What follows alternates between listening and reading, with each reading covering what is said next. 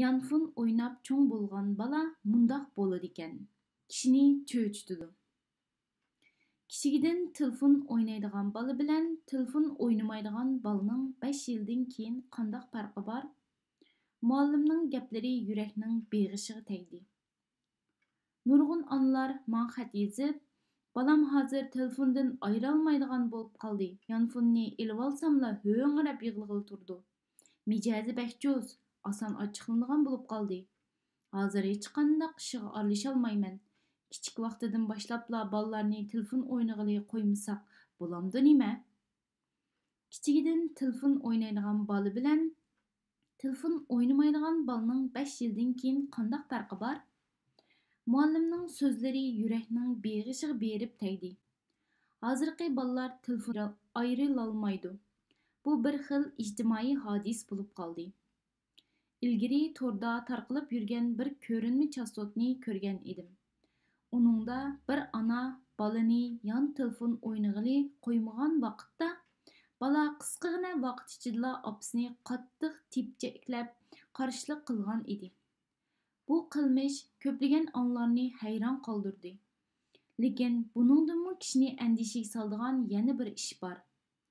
Bulturqi xabarda Anxuy o'lkasi Şuanjing shahri Langshi noyisida Shizi bozori Şuymin kentida 14 yoshlik bir bola opasi uni yon telefon o'ynag'ili qo'ymaganligi uchun opasini vahshiylarcha o'ltirib yana kelib maqsadlik qaslab o'ltirish ekan. Yon telefon xuddi bolalarga ziyonkashlik qiladigan asosli qotillik quroliga aylanib, bolalarni bir-birlab urug' tuqqanlarni tunmaydigan bag'ri toshqa aylantirib, go'yo zo'ravonlik xohishiga ega qilib, oila va jamiyatga ziyon yetkazdi. Hatto ba'zilar, agar bir bolani nobud qilmoqchi bo'lsangiz, uningga bir yanfun bering, deyishidi. Ammo buning aksicha ota-onalar yanfunning bolalarga ziyonli ekanligini biladi. Ammo ko'p sondagi ota-onalar yangi bolalarga telefon elib berdi. Ba'zi o'qituvchilar mundoq dedi. Hozirgi bolalar boshlang'ich maktabdan boshlab o'zining yon telefoni bor. Dars vaqtida telefonni yig'ib olsa-mu gap anglamaydi. Ba'zida darsxonada o'yin o'ynaydi.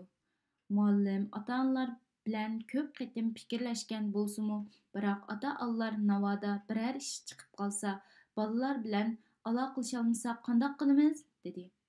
Kichigidan telefon o'ynaydigan bola bilan telefon o'ynamaydigan bolaning 5 yildan keyin qanday farqi bor? Muallimlarning so'zi yurakning beg'ishiga tegdi. Muallimlar ko'p qatim fikr berib, ota-onalarning bolalariga elektronlik qo'l soati ilib bersa, ham aloqalashg'ili, ham vaqtni ko'rgili bo'lganligini, ham oila boshliqlari bilan aloqalasha oladiganligini eskartdi. Lekin haqiqiy almashtirgan ota-onalar bek oz. Ota-onalarning qarashicha hozir hamma odamning yon telefoni bor bo'lib, o'zining bolasining bo'lishi normal ish ekan. Lekin bola bilan quramiga yetganlar yana o'xshamaydi. Bolaning o'zini kontrol qilishi kuchi bir qadar ojiz bo'lib, ma'lum bir yaxshi odatni yetildirganda hamon yon telefonning eziq turishiga uchrab, bolaga zo'r ta'sir ko'rsatadi. Muallim menga kichigidan yon telefon o'ynagan bolalar sinfda nihoyat ro'shan bo'lib, bir qarabla bilgili bo'lganligini aytgan. Bularning ifodasi: birinchi, kichigidan yon telefon o'ynagan bolaning chiroy ifodasi hangliqib qolgandek ko'rinadigan bo'lib, to'pqa qitilmaydi. Bu deganlik doim yon telefon o'ynagan bolaning chiroy ifodasi doim hangliqib qolgandek ko'rinadigan bo'lib, siz uning yon telefondagi dunyoni o'ylayotganligini yoki haqiqatan xiyol surayotganligini bilolmay qolasiz. Bundaq o'quvchilar boshqa bolalar bilan qanday chiqishni ham bilmaydi. Mijoz xulqi bir qadar g'alita, chunki ota-onalar bolalarni kichigidan yon telefon o'ynag'ili qo'ysa, bolalarda boshqalar bilan fikr almashtirish iqtidori kamchil bo'ldi. Bundaq bolalar cho'ng bo'lgandan keyin hissiyot jihatda kamtuk bo'ladi. Ikkinchi, kichigidan yon telefon o'ynagan bolalarning kayfiyatini kontrol qilish texmi tez, fikr almashtirish qiyin. Ular yan telefondagi dunyoni pishiq biladi. O'yin o'ynaganda shundoq oson, o'lib ketsa yana qayta tirilsa keldi.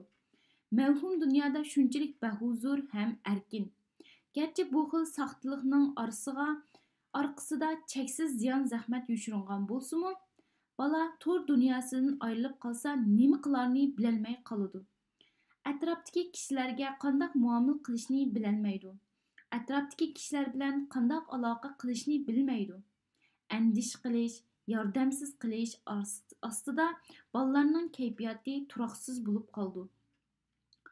3. Kichigidan yanfon o'ynayotgan balalarning ko'pinchisi ko'zoynak taqaydi. Telefon odamning ko'ziga bek ziyonliq.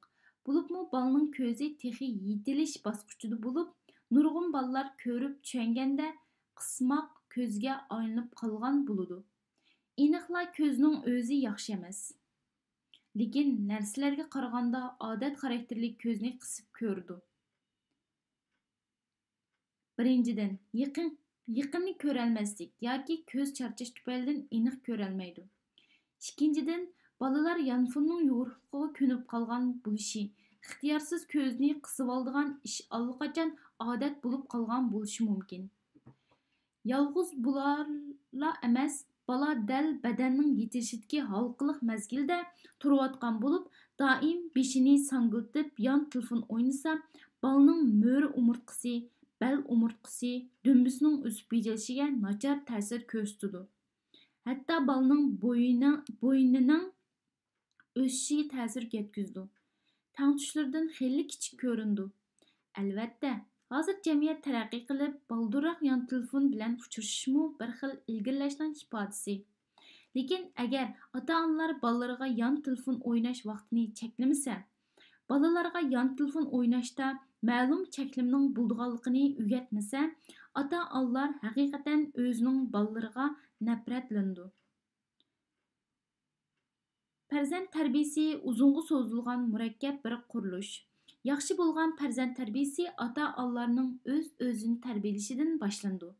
Buning uchun ota-onalar to'xtamay o'rganishi, o'zini mukammallashtirishi zarur.